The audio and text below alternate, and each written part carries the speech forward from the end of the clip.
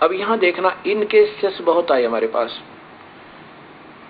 अब उन्होंने जब तंग वंग होकर, क्योंकि उनके काम सिरे नहीं, सारे दुखी हो गए, जितने भी उनके भूत भी पूजे, प्रेत भी पूजे, श्राद्ध भी निकाला है और सारी शास्त्र वेद साधना करें। तो मैंने पूछा भी तुम गुरुदेव आपके कौन है, कि उन कौन नहीं जानता उन गुरुदेव को, सारे वर्ल्ड में बोलबाला उनका, विदेशों में भी करोड़ों की संख्या उनके अनुयायी है। तो मैंने कहा आपका नाम लेने का नंबर फिर कैसे पड़ा? कहते हैं गुरुदेव ने नाम नहीं दिया हमारे को तो क्रिया समझाई थी। हम गए थे आश्रम में इनका, यहाँ पर महरौली के अंदर दिल्ली में आश्रम है, बहुत लंबे चौड़े अक्षेत्र में बना हुआ है। वहां गए थे तो वहां साधु संत छोड़ रखे महाराज जी ने, उन्होंने हमारे को क्रिया समझाई थी। ऐसे ये 4 क्रिया दी थी। गुरुजी को से आप मिले हो या उन्होंने आपको डायरेक्ट ऐसे क्रिया करवाई है कि नहीं? फिर आपके गुरुजी कौन हुए? गुरुजी तो वो है जो प्रैक्टिकल करवावे और आमने सामने मंत्र देवे। गुरुजी बैठे अमेरिका में, वो तो बैठे अमेरिका में महात्मा जी, और नाम देव 3rd पर्सन, और गुरुजी वो। ये बहुत बढ़िया बात भाई। फेरे हुए किसी तय और पति कोई और, ये कभी आज तक सुना है किसी ने?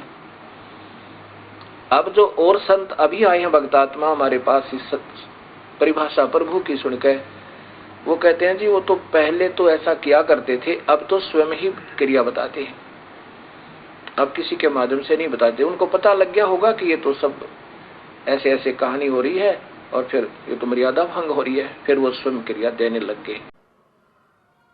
तो इस विश्व में 21 ब्रह्मांड में इस नाम के दान करने का इस दास के अतिरिक्त कोई अधिकारी नहीं है।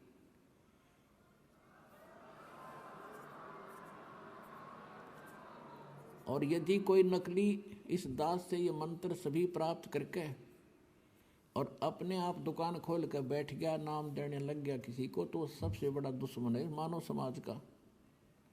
अपना नाश करेगा और 100-200 हज़ार को और खराब करके उनका भार भी सिर पर धर लेगा।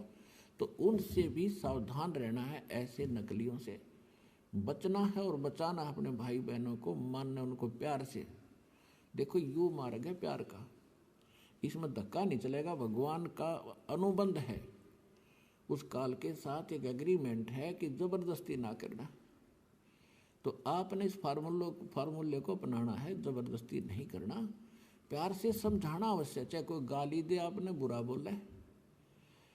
अब जैसे एक छोटा सा बालक और अग्नि में हाथ देने चला, हीटर जला था, हीटर की तरफ भाग रहा है और उसको उठा लिया बड़े भाई ने, बहन ने या पिता ने, और वो रो रहा है मुझे छोड़ दे, और वो उधर से बालक है नादान, थप्पड़ भी मार रहा है सिर में, मुझे छोड़।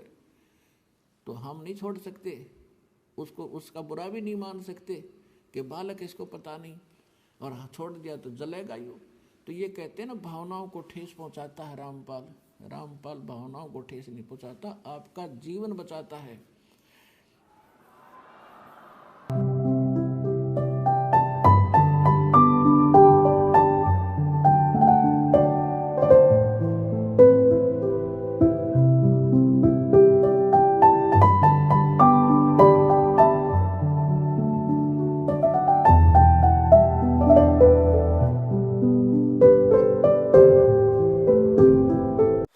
अब भक्ति तो ये दास कराएगा आपको भगवान की दी हुई।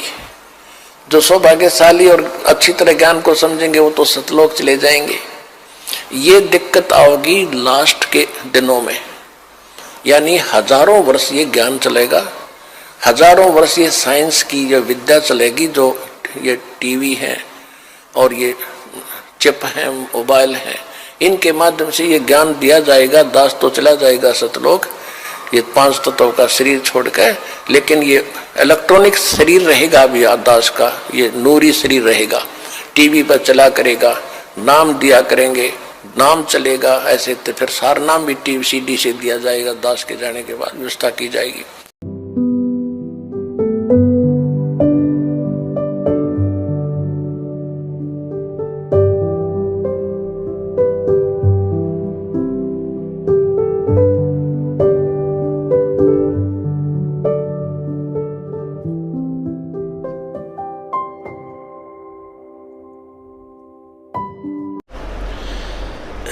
इस दास ने 17 फरवरी 1988 में परमात्मा की शरण मिली थी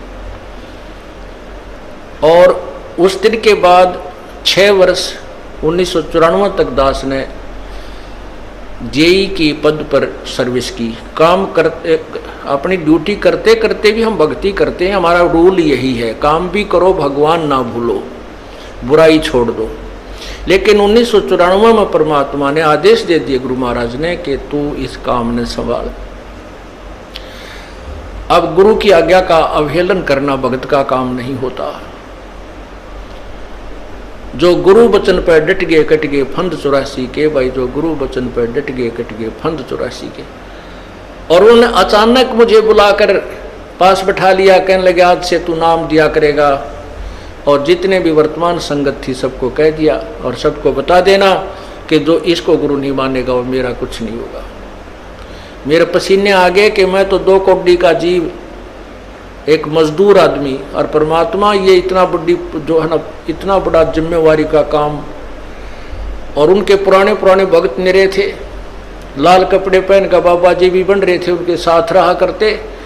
उनको सबको निकाल दिया था उनकी त्रुटियां देख जाकर। हमने नहीं पता था कि हो रहा है, क्या इनका मालिक का उद्देश्य है। जब वो 104-5 साल की उम्र थी उस महापुरुष की, हमारे पूज्य गुरुदेव की,